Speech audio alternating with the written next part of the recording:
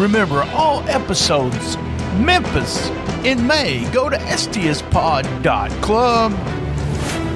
Be there. All right. We're live from 304 Studios in Jonesboro, Arkansas. This is an STSPOD.club production. And before I welcome my guest, that is your friend, Sleazy E, that did that theme song. You did a theme song for Rolling into Memphis, the actual second theme song. You did that. Guys, welcome. And I can't say big man. I gotta say it the Memphis way. The big man, K Toomer. How you doing, K Toomer? Man, I'm good, man. Can't complain. How you doing? Oh, doing great. I appreciate you coming on. This is our 6th annual all episodes Memphis in May. And we're having about 3 episodes a week. And I want to bring a lot of the people from Memphis Wrestling, also some old people from Memphis Wrestling, new people, and people that's been there forever. And we'll talk about your debut in Memphis Wrestling here in a minute. But me and you we communicate every once in a while on Facebook. Don't really know each other. So there's a lot of stuff I don't really know about you. First time I ever saw you was in Newport, Arkansas, and you probably heard me say it on Rolling into Memphis, but I said, damn, he is big. I did not realize you were as big as you are, and as wide as you are. And I've been around a lot of guys in the business, and I was just like, damn, this guy's big. And Dustin said, yeah, he's a big guy. And then we talked during the awards, because I looked on Facebook, and we'll talk about that also. And you do all kinds of things. And I was like, dude, just keep doing what you're doing. Music, videos, whatever there is to do in wrestling. And I always say, you could even put the chairs out in the ring if you have to. But you have all this talent that you could do multiple things than just wrestle. But let's go way back to when K Toomer became a wrestling fan. How old were you when you started watching wrestling, and what was you watching? Oh man, really as far back as I can remember, man. My how can I put this? I was adopted as a kid. Okay. And you know how that goes sometimes. Adoption kids got their adoption stories. I wasn't really wanted. My grandpa, he was an old bastard. He was an old mean guy. But the only time where he really let us around him was when we were sitting there watching wrestling. Whether it was WCW, at the time, ECW was starting to slide in. This is back when it was still Eastern Coastal or Eastern Championship Wrestling. Right. So there would be one of the few times where he would like open up and actually be himself around us. And then soon wrestling was off, it would cut off. But like my grandma, she was a big wrestling fan. He was a big wrestling fan. And that was one of the few times I can remember like as like a bonding moment between us all before they passed. So wrestling always I've always been a fan of wrestling pretty much. You know, me and my mom actually talked. She's a big fan of yours. As soon as you came up with that T-shirt you're wearing right now, I sent her one. But we were talking the other day. I told her, I said, I'm going to interview K Toomer, and I always ask them, how did they become a fan? My mom became a wrestling fan by taking me to wrestling one night. One night, the neighbors were going to wrestling, and she said, yeah, we'll go. My dad, he liked to drink on the weekends and didn't stay home a lot. So we went to wrestling, and we bonded over that. My mom still watches wrestling every week. And like I said, a huge fan of yours. So when you were watching, and you can remember watching as a kid, who was your favorite wrestlers on WCW there? Man, so I came up like right in the middle of the Monday Night Wars. So we would flip back and forth between Monday Night Raw and Monday Night Nitro, and then Nitro started airing the replays like immediately after they went out the air. Right, so yeah. We would start watching and kind of watch the opening segment, flip over into WWF or WWE, whichever one you want to call them now. And then it would just be a night full of wrestling pretty much. We came up in the middle of the whole Goldberg hype. Like, I remember way back when Goldberg started, when he debuted in that match against Hugh Morris. But like, I firmly remember in that time period was right when he was beating Raven for the U.S. title. And so of course we were Goldberg Marks, Harlem Heat Marks, Booker T, Stevie Ray. My grandpa, he was a huge Junkyard Dog fan. Oh, me too. A I lot of love people, JYD, especially in Mid-South, in the old Mid-South. Huge JYD fan. man, I can still hear my grandpa fussing about Jimmy Val. Jimmy Val, you just copying that man. I still remember hearing him yelling at him. You know what? I've never thought about that, but their characters were very similar. The funny thing is, when it comes to actually wrestling, both of those guys was pretty much the same kind of wrestler. They did it was kind of comedy, or they took a lot of beatings. There was a joke about JYD when he went to WWE. It's there's a match out there somewhere between him and Terry Funk, and one of my friends was friends with Terry, and Terry wasn't too excited about working JYD because JYD couldn't work. He was stiff and he didn't do much, and he wasn't going to do much, kind of thing. And Terry told him just to stand in the middle of the ring and move what direction he came in, him moving to that direction. That whole match is JYD in the middle of the match as Terry Funk bumps all around him. It's either the Spectrum in Philly or Madison Square Garden, one of those old VHSs, but it's hilarious to watch that. But JYD was so popular and so over with JYD. It's when that was going on, and when Harlem Heat was being huge, there was more division in wrestling where you had black wrestling fans and white wrestling fans.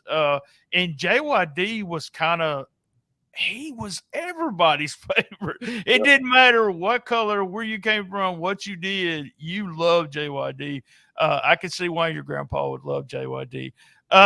So you started becoming a fan, and I mean, were you like me? I knew I wasn't. You are, but not me. I'm not athletically able to be a wrestler, and I tried, and I'm smart enough to be able to. I wrestled 18 times. I watched the matches and said, "Oh, BT, you suck.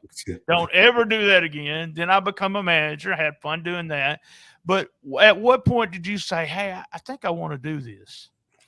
Like, don't get me wrong, like wrestling was something I always wanted to do, but it was never anything that I thought would actually be possible because in my area, there's nothing here for it. Well, I mean, it is now, but up until everything that I'm currently doing right now for my area, there was nothing here. It wasn't any companies, promotions, anything like that. And nothing against anybody, because I know somebody might hear this and take it the wrong way. But you had the big fish in the small towns who wasn't really inviting or opening new talent or new faces to come in. So You're right about it. You had somebody that was there.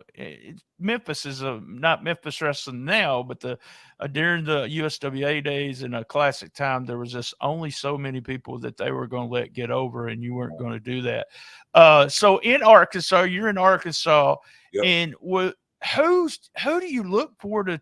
Well, before I ask you about training, when did you? Because you're a lot younger than me. And you could start getting on the internet, and the internet was strong during the Monday Night Wars. But I come from a day where we got a newsletter, like a 20-page newsletter, kayfabe sheet.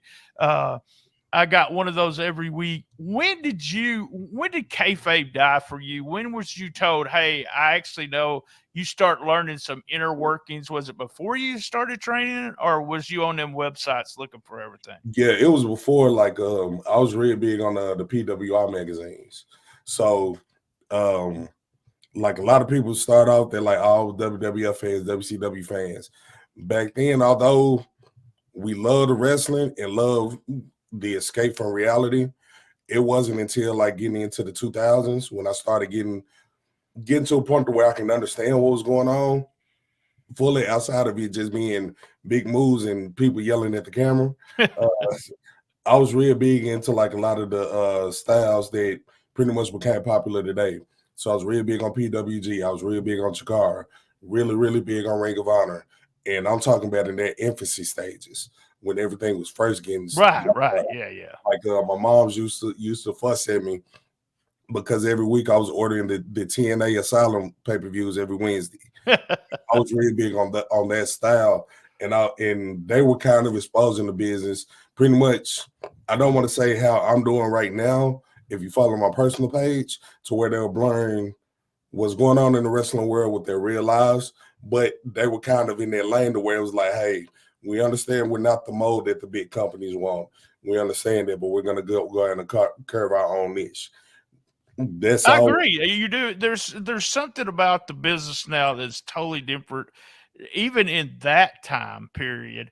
And it is. You mentioned on social media, and what you do on social media is kind of blurring everything. But you don't. Here's something you don't do. You ask people to come out, and you're going what you're going to do, but you don't. You don't do a promo on somebody that's one of your Facebook friends. So I hate that, man. I hate that.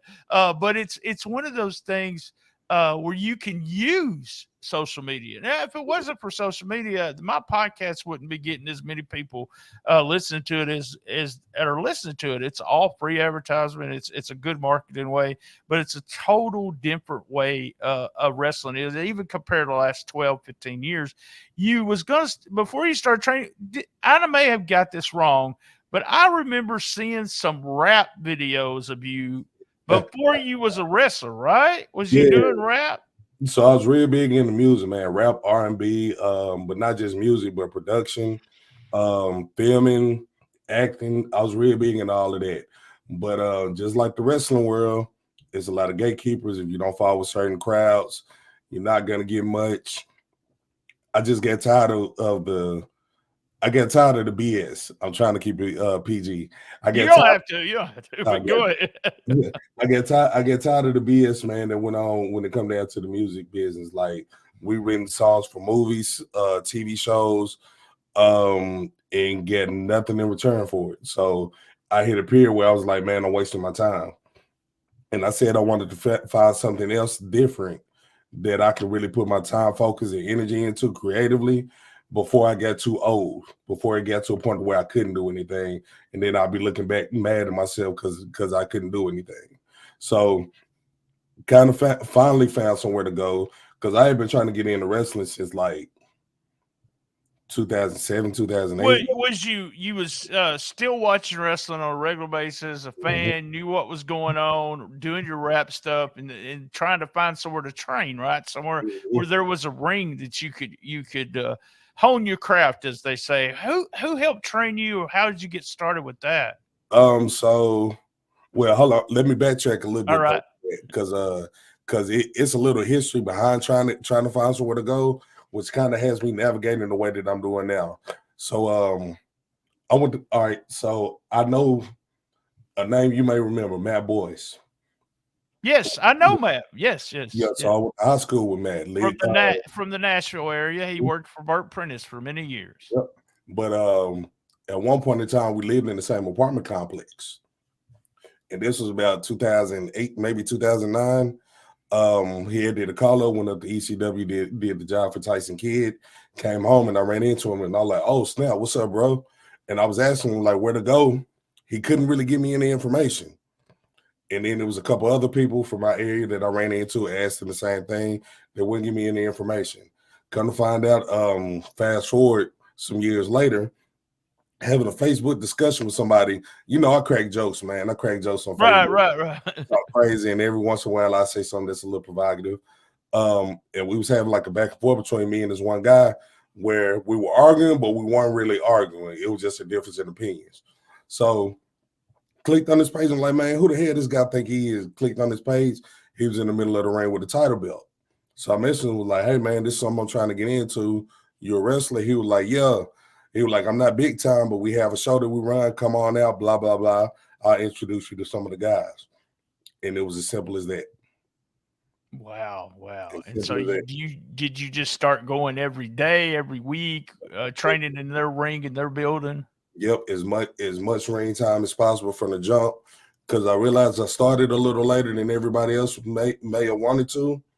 And I went into this knowing I have a limited amount of time in the ring. So I was like, hey, I need to be in the ring as much as possible. I need to figure out everything. Is this somebody I know? Who was the guy that you? So one guy I'm not gonna name because me and him have a little personal All situation right, I understand. that we got to get cleared up before I give him any credit on anything. Another guy, David Barmore. For a while he went by Cataclysm. He's now going by Draven Morrow. I credit him for my training. I credit this guy named Josh Cross for my training. They had worked in the Tuckerman and Newport area. I know the name Josh Cross is I'm familiar with him. Mhm. But you did you come down? See, there was a time period I didn't watch local wrestling before I started my podcast back. Mhm. Did you work Tuckerman on a regular basis, or? Yeah, so I started out in Tuckerman. Okay. I started out in Tuckerman and like going there, not saying it was any heat or anything, but going there, my question was always, why does nobody know about this? What are we doing? Like, what are we doing to push this? What are we doing to get new eyes on the product? What are we doing to get new people in the building? What are we doing? Because, like I said, nothing against anybody. And I No, hope I mean, this is the truth about Mhm. Tuckerman. Tuckerman, I'm going to tell you, I went to Tuckerman one night, and I bet there was 150 to 200 people there. I mean, it was packed. It Yeah. was to the rafters. And, there's nothing to do in Tuckerman, Newport, that area.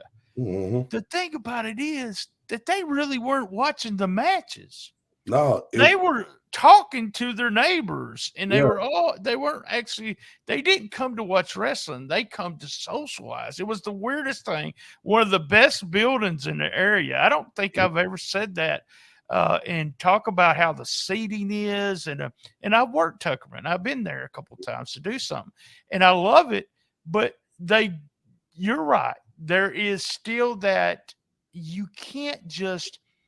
I give this example. Domino's Pizza. When you turn on TV and you watch sports, how many Domino's Pizza commercials? Would Exactly. Domino's Pizza just quit advertising? Would No. they just say, no, we're just going to quit. We're not going to advertise ever again. And that's what happens at Tuckerman. Great arena.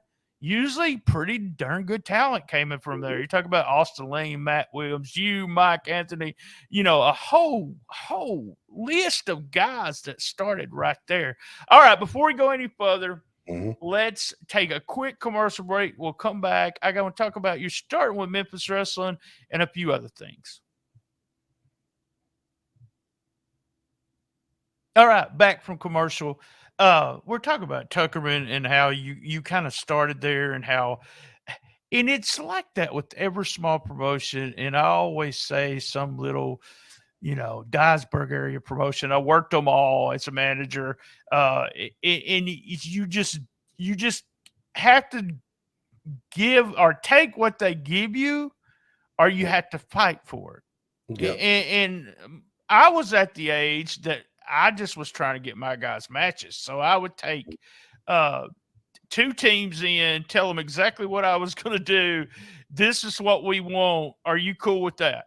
Yeah, we'd go do the opening match, and I'm bragging about my guys, not about me. They would blow them away, and then they'd want them to come back for the main event, semi-main, whatever the next week. That's just what we did, and I was able to book most of everything I did. But your story's unique about Memphis wrestling. Now, Memphis wrestling, the Jerry Lawlers, the Bill Dundees, all those guys. You remember all those guys? Yeah, most definitely.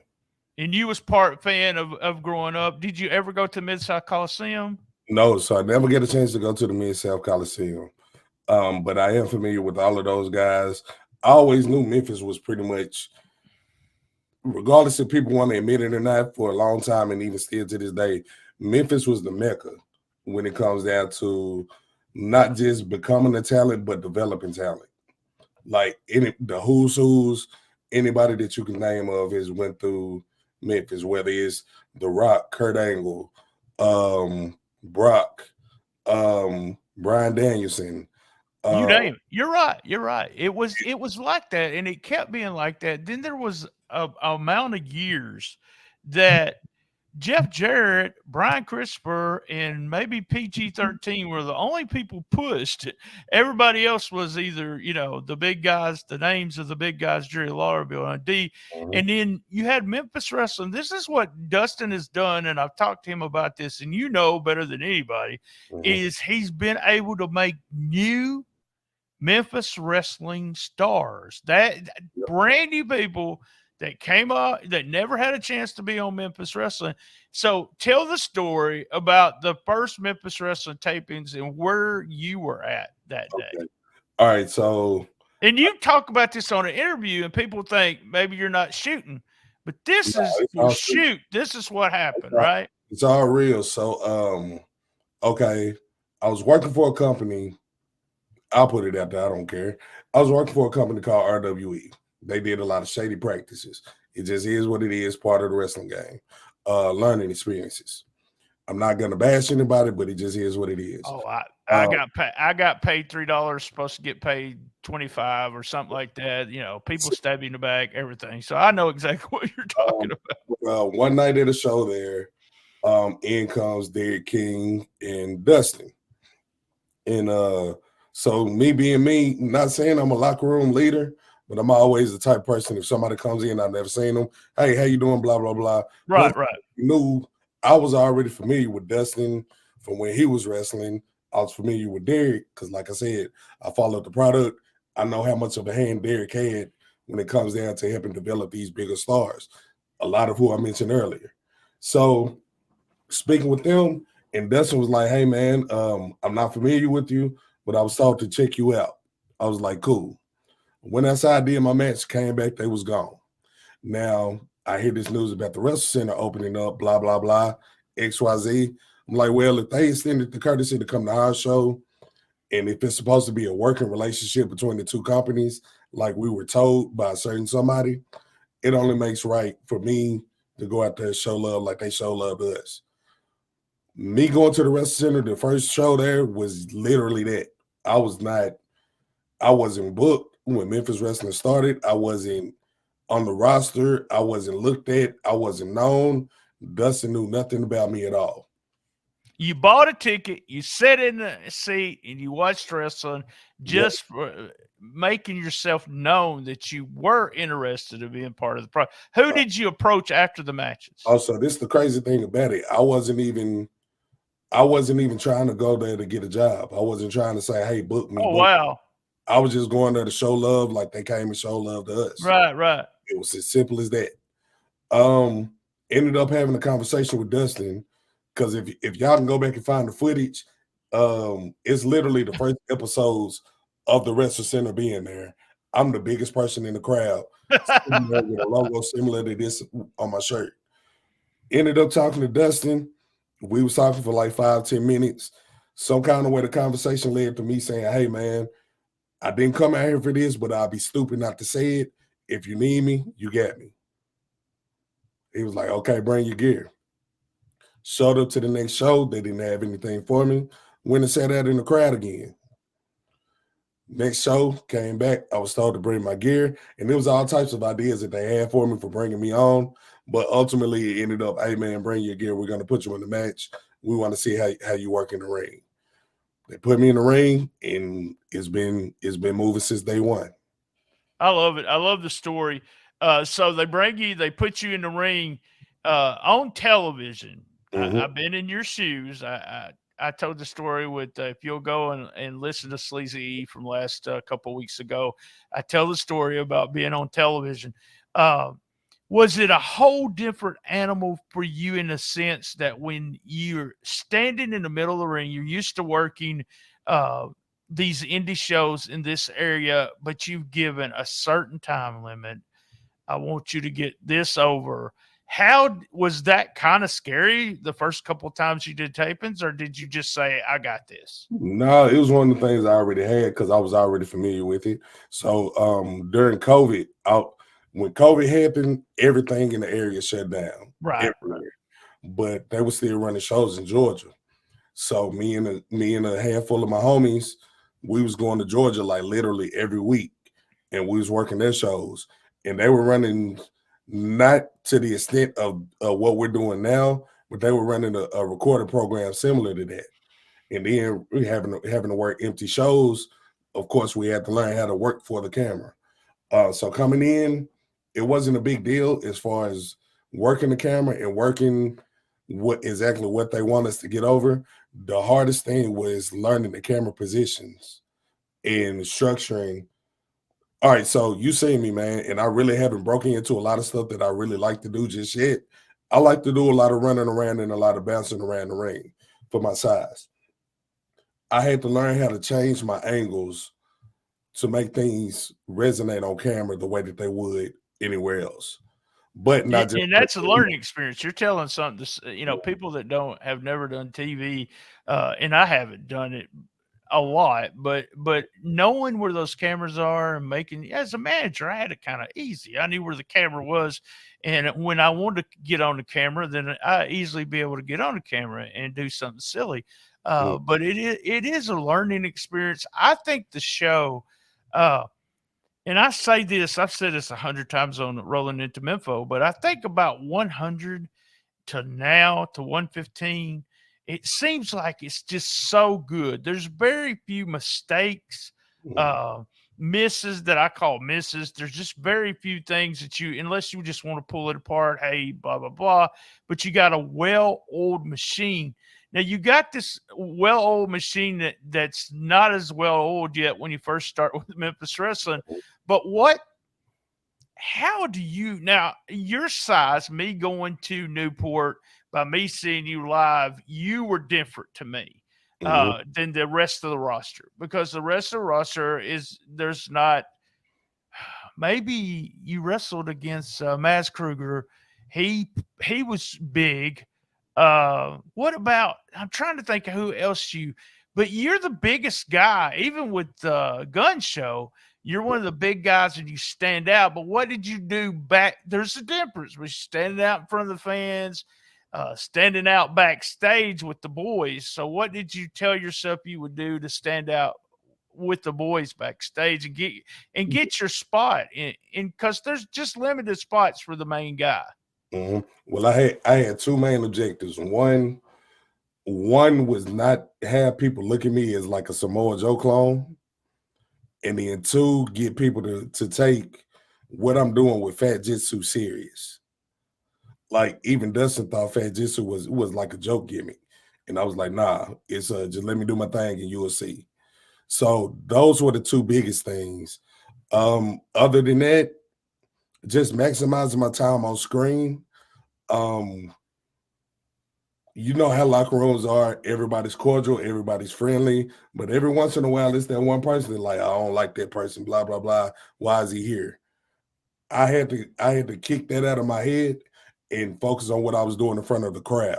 And that's not only for professional wrestling, but that is a huge thing about professional wrestling, and because it depends on a lot of social that people don't see. There's a lot of social that goes on. Same thing as in a workplace environment of any kind. There's norms.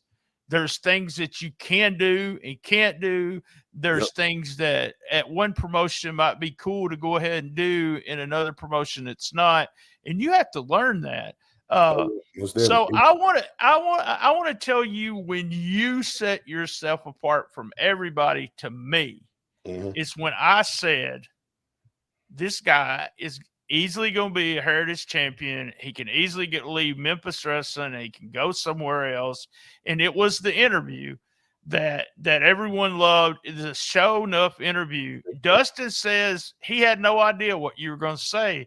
And now the show enough thing comes from a rap, right? No, it comes from a movie. A movie. Okay. Yeah. I believe you told me that before. Yeah. What movie is it? It comes from The Last Dragon.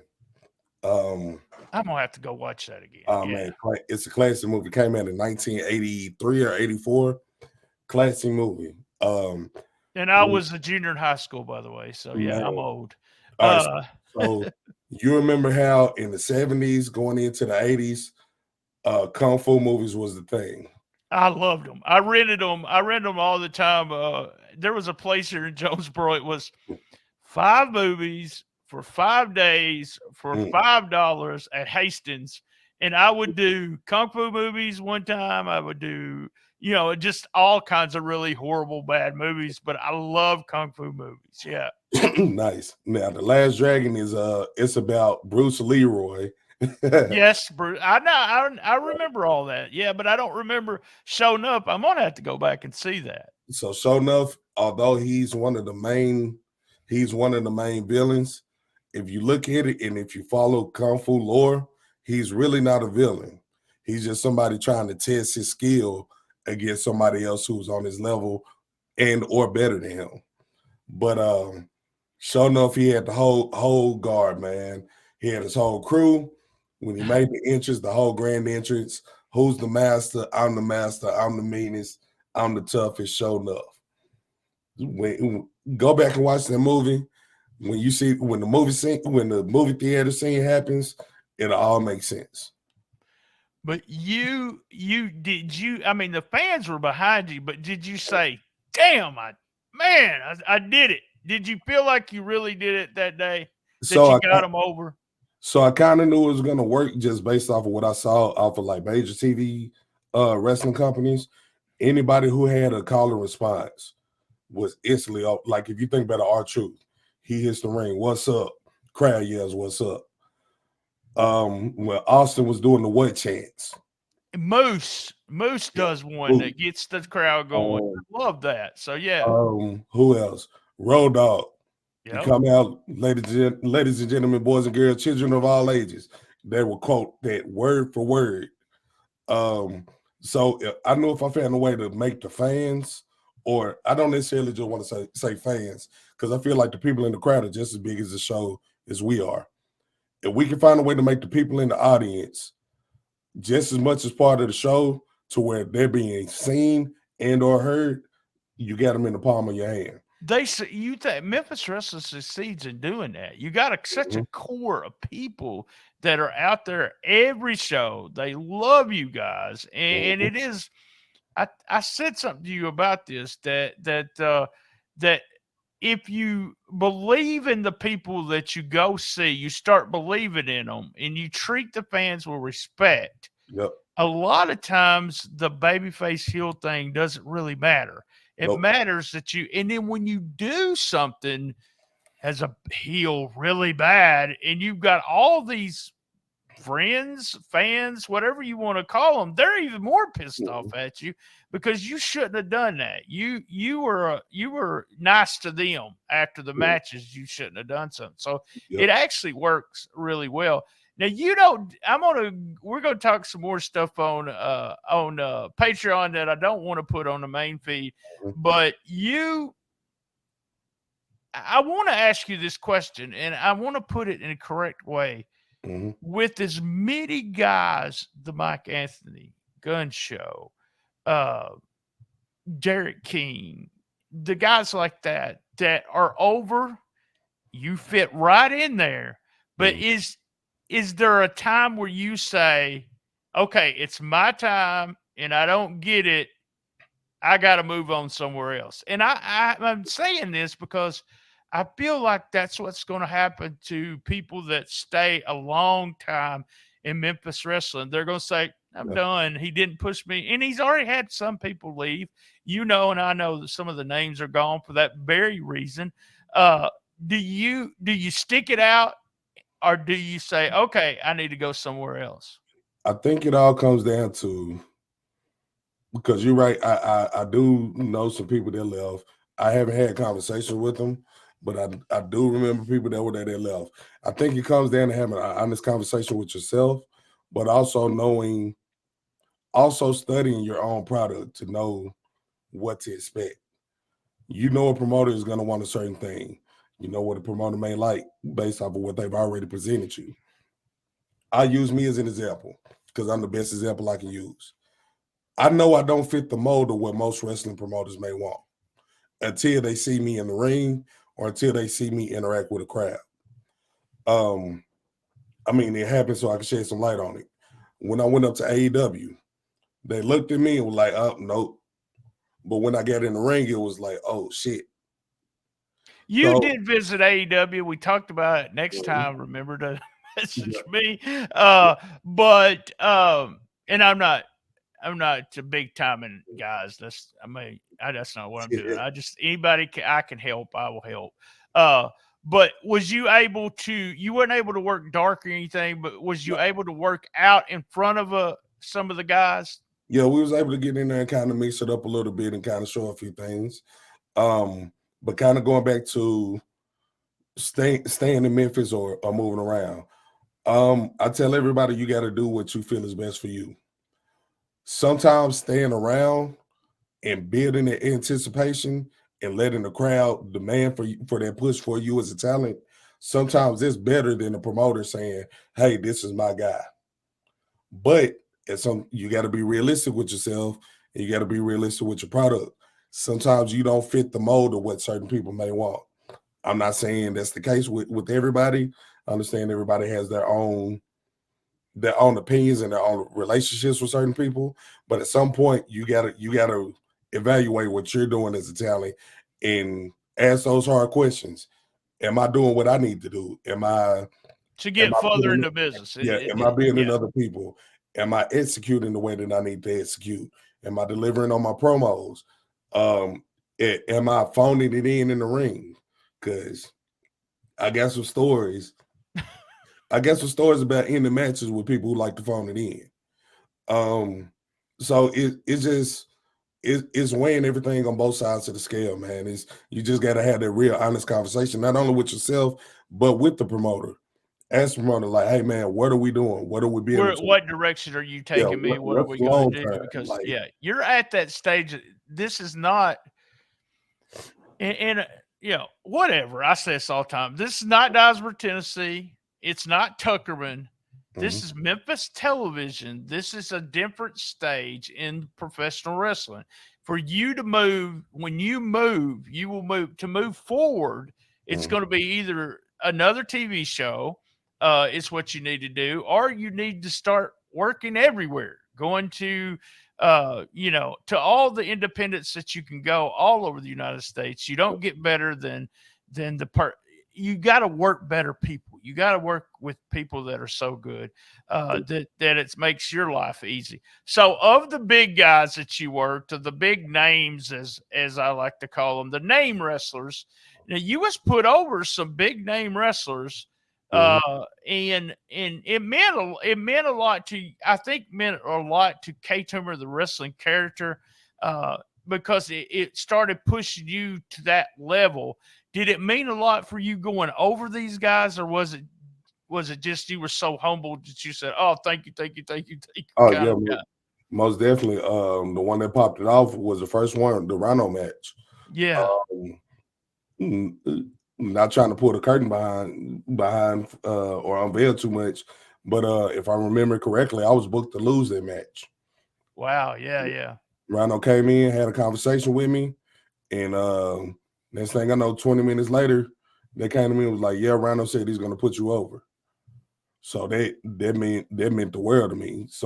And a lot of people, some people might hear, "Oh, it's Rhino." Like, nah, man, it's Rhino. ECW original, ECW Oh, big. Yeah. Big time. Big time. the Yeah. last original ECW champion, TNA heavyweight champion, multi-time champion all over WWE. The man has been all over the world and has been a big part of wrestling since I was a kid. And he came in and had a conversation with me and was like, "Yeah, man, I'm gonna put him over." Like, that meant the world to me. Was that match as stiff as it looked? Yeah. Yeah, we was laying him in. That looked like a real fight to me. I was Yeah. just like, and I seen scenes of it before it went on. I don't do spoilers, so someone had sent me a clip, or someone put up a clip in a reel, and I was just like, damn. So who has hit you the hardest of the big names there? Ooh, shit. It's crazy because he's on my screen right now. Big Con. Big Con. It's a spot where me and him are fighting in through the crowd. He starts to get the upper hand. He rolls in the ring and rolls back out and gives me like the biggest slap I've ever taken. So when I popped up and slapped him back, that was legit. You just reacted to what he had just done to you. Yeah. Yeah, he hit me, and I was like, "Oh, this a receipt moment." And when he rolled back out the ring, I popped him back, and he gave me this grin, and I was like, "Yeah, we in for a slugfest." Awesome. I love that. You have to every once in a while, you know, or you do like me and you run. So that's what if I know someone's stiff, I don't want to be in the ring with them, and I go, no. We're done. All right, we're gonna close up the regular version here, the regular show. What I want you to do is put all your shit over, what website, how to follow you, all of that, and tell them what all you do. You make music. You make this. You make T-shirts. You'll take an order. Somebody wants 10 shirts. You'll take an order right now. Let me get somebody on the phone. No, but you do everything. Go ahead and put your stuff over. All right, man. Of course, on Facebook, Big Man K Toomer. Follow me. I'm at the limit, so you'll have to follow me. Instagram, K Toomer 70. Same with Twitter. TikTok, I believe it's the same, but I'm just now getting used to TikTok. So it just type in K Toomer, it should pull me up.